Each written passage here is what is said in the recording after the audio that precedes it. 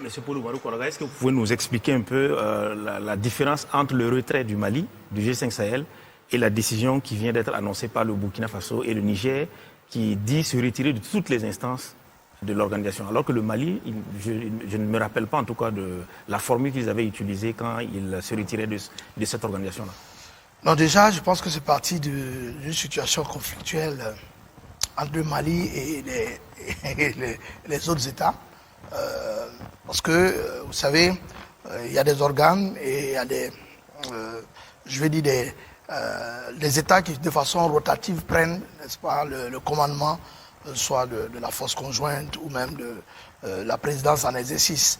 Lorsque le tour du Mali est arrivé, à l'époque, dans le contexte dans lequel se trouvait le Mali, s'est-on vu le partenaire français, n'est-ce pas, derrière une certaine décision demandant à ce que, pour justement sanctionner quelque part le Mali, le fait d'être, avant que le Burkina ne soit dans une situation de coup d'État, que le pays ne pouvait pas assurer la présidence. Et ça a été un élément.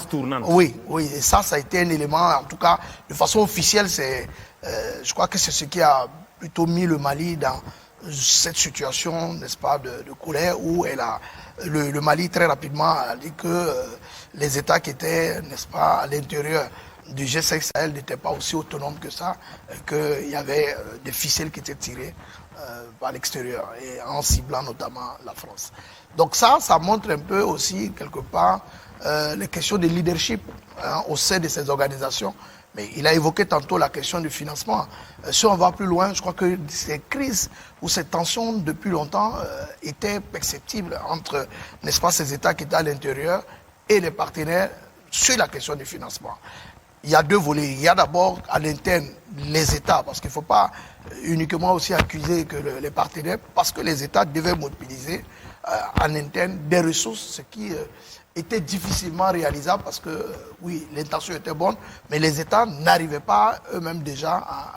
La deuxième chose, c'est que pour les partenaires, sur la question du financement, il y avait des suspicions sur, n'est-ce pas, la gestion de ces ressources. Donc les partenaires voulaient voir, comme on le dit, un peu interpréter l'expression, voulaient voir un peu plus clair dans la gestion de ces ressources. Et tout ça mis ensemble, ça crée. Et puis en interne, peut-être un autre aspect, il y avait aussi un traitement à géométrie variable.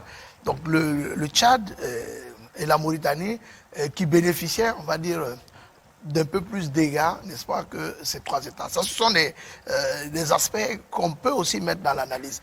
Mais après, lorsque le Mali se retire, et le Burkina continuait à être dans le G5 Sahel.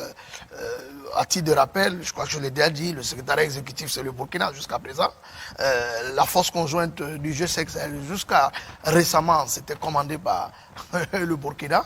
Donc beaucoup d'organes, je parlais du centre sahélien d'alerte et de menaces précoces qui est à Ouagadougou, pour dire qu'il n'y avait pas de soucis.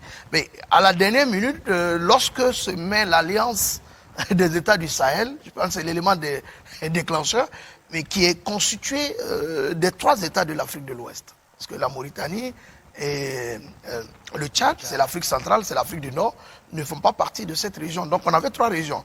Donc dans la force conjointe, pour parler de l'aspect sécuritaire, il y avait le fuseau centre. Et c'est ce fuseau centre qui se retire pour faire l'AES. Donc vous comprenez qu'on ne peut pas être dans une dynamique de consolider l'alliance des États du Sahel et être encore, n'est-ce pas. Et puis bon, il y a eu aussi, comme dernier élément, ce courrier qui a fuité, adressé au secrétariat exécutif du G5 Sahel, qui est authentique, hein, évidemment, et qui, quelque part, montrait clairement que l'Union européenne avait décidé de ne plus financer, n'est-ce pas, de payer les perdièmes, n'est-ce pas, des forces maliennes, nigériennes et burkinabées.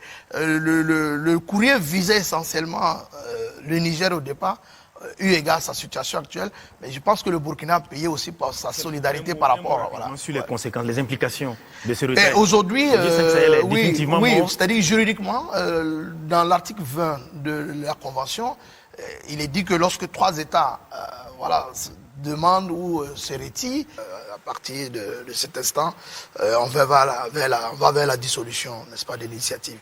Donc, on va assister... dans les jours à venir, n'est-ce pas, je vais dire, aux dispositions qu'on va prendre pour régler cette question, voilà, et puis voir comment est-ce qu'on envisage peut-être d'autres perspectives.